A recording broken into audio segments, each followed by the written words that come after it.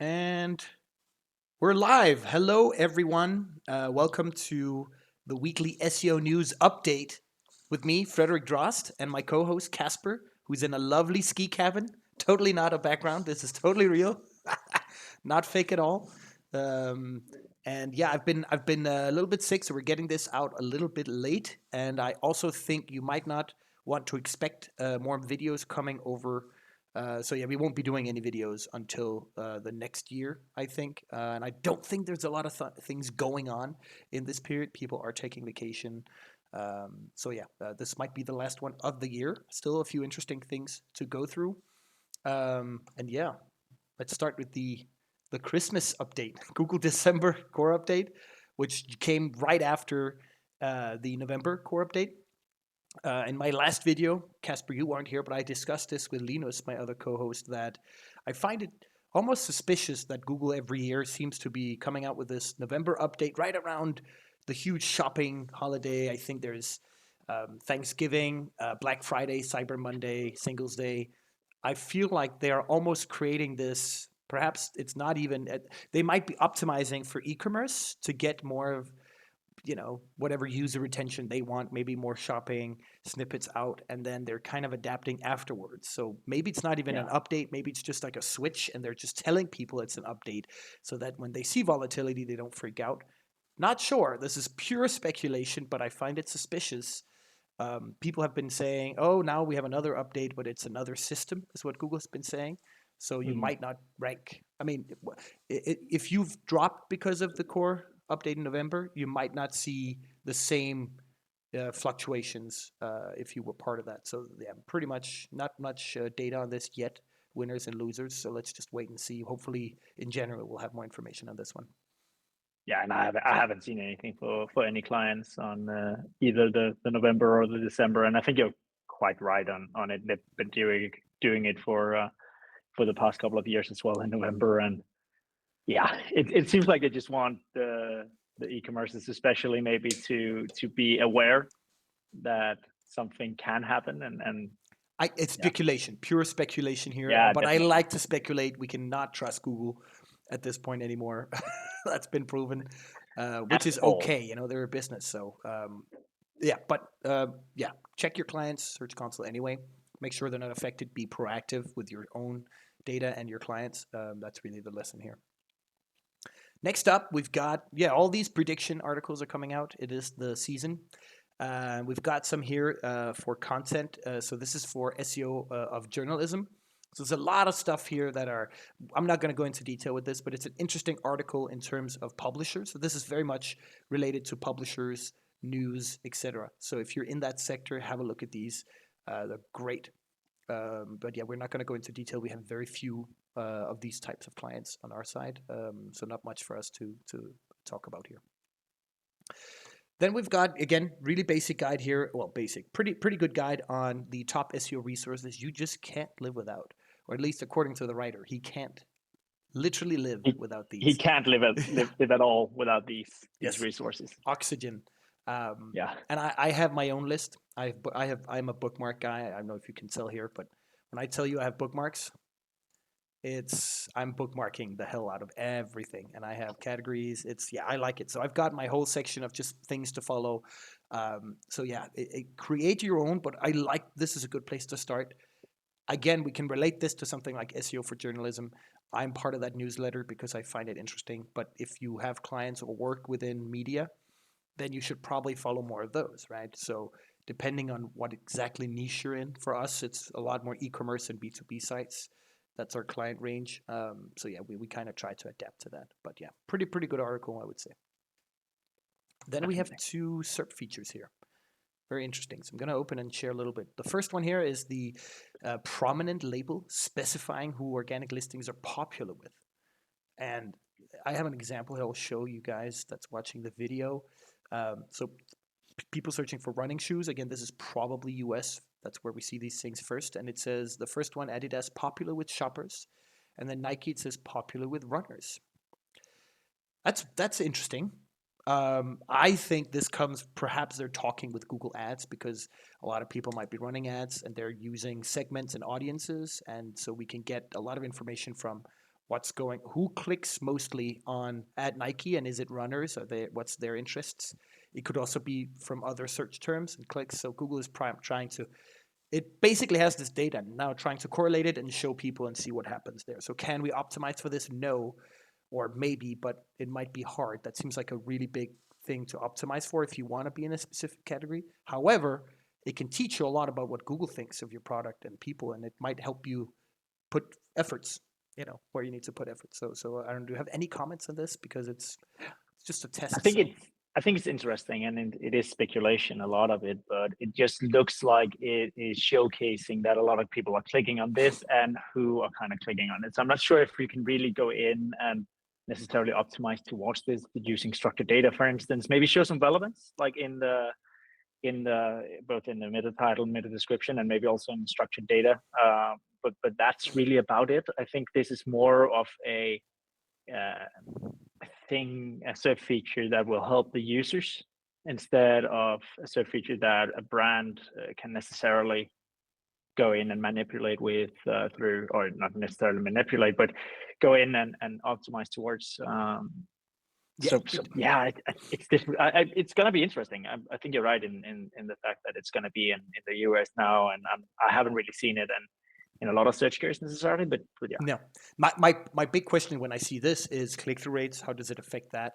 If I'm Adidas, I kind of want to be popular with runners because you're selling running shoes, and I feel like if I'm a runner and I'm a big I really run a lot and I find it's important, maybe I'll go with Nike here. And if I'm just new, maybe I just want some running shoes for a little bit of running, maybe I'll go with the shopping, mainly because I've got store rating, I've got prices, I've got delivery fees and 3-day returns here in the result, and Nike has none of that.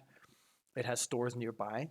But yeah, so I guess if I'm Adidas, maybe I would like to change that, right? Like that's the question. Or maybe Adidas should focus a lot more on e-commerce related snippets and stuff, and Nike should focus more on running guides. I mean, that could be an indicator. I'm not sure here. It's weird. So yeah. But I think it's interesting because you see, and now I'm not being gender specific here or anything, but you see popular with shoppers, and there you have women running shoes, and in the description it says women's running shoes as well. Oh yeah. And in the Nike example, which is popular with runners, it doesn't really specify any gender or anything, meaning that we can assume that women's running shoes, it's mostly women looking at it. So where do they actually get this data from, right? Oh. So are they looking at what you've done previously, as you mentioned before? Like, are they looking at what have you previously gone into, and if a lot of the people that has been into women's running shoes here have been into a lot of other shopping places, and on the other hand, the ones that goes into to the Nike one, where it's not gender specific, is it more variated maybe? Yep. And or maybe just people that are specifically looking for running shoes here. So shoppers might be a very general, very broad term for it, because they can't really determine whether or not the ones clicking on this is actually focused on running shoes or more shoes. Yeah, actually, the screenshot, if you look at the fourth result, it's actually women's running shoes, then running shoes, and then men's. So kind of a switch up here. I think Google knows that the 4 top links here, people will see them. It's yeah. I don't know. We'll have to follow up on this one, honestly. I just think it's interesting that the one that's gender specific is more broad. Like shoppers would obviously be more broad than runners, in my opinion, at least. Yeah. I just think it's interesting. Yeah. The other one here is this one you actually showed me maybe before. I mean, SERP Alert is a really good follow, by the way, guys. So you can see this in the video. I follow SERP Alerts. This guy is following snippets really well. So any change to Google, any snippets, he will pick up. And I'm talking color changes, anything. This guy is it's Brody Clark, I think. He's the bomb. Follow him. The research more is something you found before SERP Alert did, I think. You showed me this. So kudos to you, Casper. But again, it's an interesting snippet. It takes up a lot here. My question here is, well, the thing is, we want to be featured in this, and I think this is very interesting for B2B, where people are going to try and deep dive. I like this because I feel like this might be, I think this is better than AI overviews, which is, again, stealing a lot of content, giving you the answer. I think research more is something that's a good snippet. Men's running shoes, and here is where we can get in. I think you can use this to get information on what could be featured here, and these are why I tell clients not to focus just on content based on this keyword has high volume, but try and create content around it that's related, because these snippets are trying to pick that up. And it, you know, instead of just writing for the highest volume keywords, everyone is doing that. I feel like this is just another snippet that we would be featured in if you had that strategy from the get-go. I agree, and I think this one is really interesting for more complex like user journeys, right? So it's really interesting if we've done it for a lot of clients, and maybe more specifically B2B clients mostly, where the decision making process is a bit more like, it's a bit broader, it's a bit more winkled, right? It's not really as linear as most a lot of e-commerces are in general, and I think it just showcases this like almost topical authority. I know it's a buzzword that's kind of been used for a couple of years, this topical authority here, but I think it kind of showcases that if you have broader content, like the topic cluster is reaching out broader, you're able to be featured in something like Research More, because Google does have its own like look on what is fitting together in a topic, right? What's fitting underneath the topic, and what should be included in the topic cluster. And if you cover that, I feel like you would be more inclined to be shown in a Research More like this, a snippet like this. So it's interesting for especially maybe clients with a longer decision-making process, where you would assume that the consumer or the user or the buyer in general would need a little bit more information to get in. Yeah, 100%. And I think if we stay on running shoes, I think it's actually, the difference would be looking at just sneakers, that they just need to look cool. Decision making is pretty simple there, versus running shoes. It's something I know people, I've had problems with feet because I had bad running shoes. So it's actually quite important. People will tell you. So the decision is actually harder here. So if you type just like men's, sneakers or men's cool, whatever, I don't think this will show up as much. So Google I also think you're right. knows if you're in that zone. Yeah. Yeah, exactly. And this is a way to kind of figure it out. So I want to see this featured more. But you saw this in Europe, right? I saw this in Netherlands. Yeah. Yeah. Exactly. Well, For batteries then in Europe. Netherlands. For Yeah, batteries, Europe. yes. For batteries, my goodness. Perfect. Great. So these are two. I like that one too. Like follow up on these, especially for B2B, the last one there. This one is, again, tool update here. So Google Gemini, you can now add something called folder support. So when you're in Google Drive, you've got your sidebar, and you can actually prompt it to summarize what's in folder. So folder support meaning this folder, tell me what's in it, summarize this, find this. I like that. We use Google Workspace for all of our work mostly. Well, actually, we do the entire Google suite with cloud, and I feel like here I've got plenty of folders for clients where I would love to get summaries. Whether maybe it's just your Google, maybe you just have a bunch of meeting notes, and maybe you have a lot of text there. I think it's a cool tool. So just a workspace update there. I like to share these as well for work efficiency. This is really cool. So somebody analyzed 5,000 Google shopping results. It's 180marketing.com. Didn't really know those guys, but basically it's so Google shopping queries. You've got in the US, you've got tons of things, but even in Europe, you've got like the shopping cards, carousel, free product listings, popular products. Last video, we talked a lot about local inventory ads. So Google will start showing products in your maps. Google will show shops nearby. I think Google that's a great experience. So Google has been doing a lot of good stuff when it comes to the shopping experience. But then how does it work? How do you rank well? And here, this is just an article for anyone in e-commerce that's working with Merchant Center and these free listings. Have a look here. What's actually the key ranking factors, right? And domain rating, referring domains, customer reviews, meta descriptions. And that's interesting, meta descriptions. That usually is not a ranking factor. We've always been told. No, it's you can click-through rate can change if you have a good meta description. Apparently that's a signal. It might be a signal. Affect it.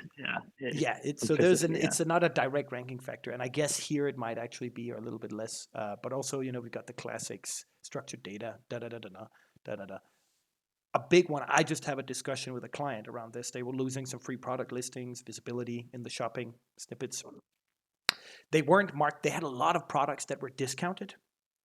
They didn't mark up the discount price, which you can do now specifically. So there's a way to do that specifically in structured data, and I think in Merchant Center too. I'm not sure, but specifically in structured data. And I think that's, if you're not marking that up, Google might not see that very quickly.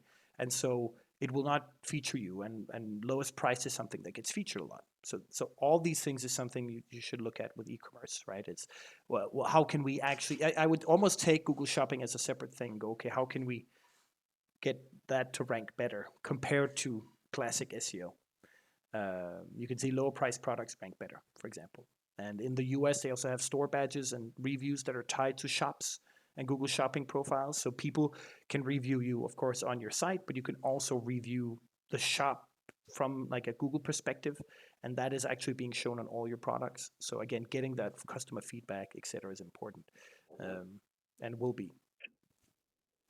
Yeah, and I think like traditional SEO practices is just like the key takeaway here. It's still gonna affect a lot of your Google Shopping as well, and give Google as much information as possible. Then you should be better off at least. Yeah. Through structured data. Yeah, and watch out. I mean, there's people might just start updating structured data. It's important for us to review that because I talked to another client, they were losing visibility and they were using back order. So they had a bunch of products that were back ordered. But what that really meant is instead of getting it delivered tomorrow, it would get delivered in 3 days. And they started using back order, and Google might go, well, back order is usually longer. But then they also had price or offer was valid until, or valid starts, right? And the problem is they put in valid, the offer is valid from, and then the date where the product would start getting sent. So every day that would update, meaning the offer was only valid in the future. There was never, right? You see what I'm saying? Yeah. So so Google always thinks this offer is never valid. So why would you feature that if you're Google and shopping? You're like, this offer is only always valid 2 days ahead. So that was something where we had to maybe remove that. Again, it's never going to be relevant. Yeah, again, just review the things because people misunderstand these, and it's our job to really understand these and how Google treats them. And then, yeah, very good read if you're in e-commerce. And another good read if you're if you have a brand, which you should think about having, the role of SEO and branding. And this is by Giuliani there, the guy, I can never pronounce his name. Very, very good. Very good SEO expert, I would say. I think here, again, I've summarized the key points here. What I like here from this article is Google does like brands, and so do people. So people click on brands they know. So of course, branding is important. But Google can be as biased as people when it comes to brands, I feel. And so having, I think, what I took away from this article that was interesting is it's two things. We've worked with single brands. And one of them is looking at branded queries and actually having the correct landing pages for these. So that'll give you an idea of what people are searching for. If you don't have a page targeting that, do it. Because that's people already searching for it. And the other one is if people search for brand plus information, like generic information, maybe write that generic guide. People already associate your brand with perhaps best na-na-na for na-na-na. Write that generic guide. It doesn't have to be branded. You're just make sure. I think Google will actually associate your brand with that because people are doing that already. So those are some things I took away from it. I know you have comments as well, Casper. Yeah, I think that's really great key takeaways. I think also what, again, it's speculation and predictions for 2025, and I know there's a lot of that around here. But this also kind of taps into the role of SEO in other platforms instead of just in Google and just in search, because you can have, for instance, YouTube, TikTok, Pinterest. You can even like have synergies between what you do on socials such as Meta and Instagram and what you do on the website. And I think the role of SEO is definitely expanding a little bit here because you can you have to sort of align that between all the different marketing platforms you have, and to make sure that your brand is streamlined between all the different platforms you have. And I think that's also one of the key takeaways that he's making here is that SEO needs to be involved in various different marketing aspects and to actually be working on the branded side as well. Yeah. And I think that's interesting because you can do TikTok SEO, you can do Pinterest SEO, YouTube SEO, that sort of thing. But the most important thing here is how do we connect it to the website, right? Because the eventual goal is to actually get them into the website, and that usually, a lot of the times at least, happens through search. Mm? So and you would be more inclined to click on a brand if you're searching for the brand. So there needs to be like sort of vicinity between what you're doing on the website and what you're doing on for Google, and what you're doing for other marketing aspects as well. So I think it's going to be interesting in 2025 how TikTok, Pinterest, YouTube, all of these different platforms are going to be featured in Google as well. Yep, 100%. Again, this I think we look at when we don't at Concise Digital, where we both work. We don't do link building. What we do is digital PR, and good digital PR will create links. And again, you can have a focus on links if you want for SEO, but we're a little bit beyond that. I mean, features, mentions, but something as simple as your Wikipedia page doesn't have a lot of info. Can we get that updated? That is good branding if somebody's searching for your website. But now it's also being used for training LLMs, which associates your brand with all the entities. We're updating the Wikipedia page, and that Google uses it for knowledge graph, and so it trickles down. And I guess SEO is cool, working with SEO, because you serendipitously learn all these different other things like online branding or digital branding through SEO. So what do you call it? Master no Ace, master of none? No, ace of many, master of none. There's a quote about mastering a lot of things to, whatever. I can't remember it. But basically, if you're working with any website or brand and they have kind of a brand identity and it's important to them, go through this. And what do you mean by other? Well, some companies don't have this brand identity. A lot of affiliate websites don't care too much about this. A big one is also, some websites, the brand or the website name is just called dogfood.com. And that's it. And that's a tough one. Like, what's their brand? But they rely heavily on search and other things, and that's fine. But I wouldn't consider that kind of a website heavily like brand related, right? And usually you see these other brands, they really have an identity and a name, and I think that's important. Yeah, I agree. Here's a small tool. We're almost done, by the way, for you listeners out there. Here's a small tool on how to create your own knowledge panel entity tracker on Google Sheets. Very cool little thing here. So what it does is in Sheets, it will basically look at Google's knowledge graph and figure out what's the chance. I guess it gives you a score on how much you're featured in that for different entities, which is very, very interesting. I know those are some. I've had a client where they had a brand name, but when searching for the branding, a bunch of other things came out, like bed linings, transport company in the UK, and you kind of want them to be featured in the top here. And that can, of course, you go back to our role of SEO and branding. Like, we need to do a bunch of things to make sure Google understands, rely on, or whatever brand name you have, like Coca-Cola, should be focused in the top there, right? And it's a good way to track that over time, your efforts. So that's only a very specific niche case, but really cool sheet. Interesting. And the final gift, your final Christmas gift for you dear video watchers is if you actually think internal links don't matter at scale, you're wrong. Totally wrong. This is a list of very interesting case studies around internal links. And I think it's important to note at scale. So if you're a very, very small website, do we really need to start doing link sculpting, all these sorts of different techniques? Perhaps not. But if you're a huge e-commerce, they matter, and we can fix these programmatically. And so yes, they matter. And I think if you're not sure if they matter, have a look at this. That's it. Check out the evidence. Yeah, and again, these are actual cases and tests and stuff. SearchPilot, I follow SearchPilot. They're great because they always publish these small little tests. SearchPilot there are software / service for SEO tests and other types of tests on your website, but they do publish a lot of stuff. That's a great content marketing strategy, by the way. What they're doing in terms of branding and content strategies, I follow them. And if I ever need to do A/B testing for a website, SearchPilot is the first thing I think of. Yeah. Leadership. Good example. See how I'm tying all these together?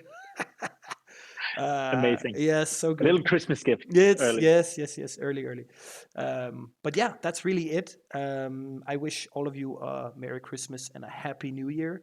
And yeah, we'll start doing these videos again in January. Maybe there'll be a small surprise video between Christmas and New Year if anything important comes up. Who knows? Who knows? I'll let you guys, you'll guess, you will see. But yeah, please like the video, subscribe, comment if you want something else, a different format, anything, or just negative comments is fine as well. I can ignore those. But yeah, like and subscribe, and I will see you guys in the new year.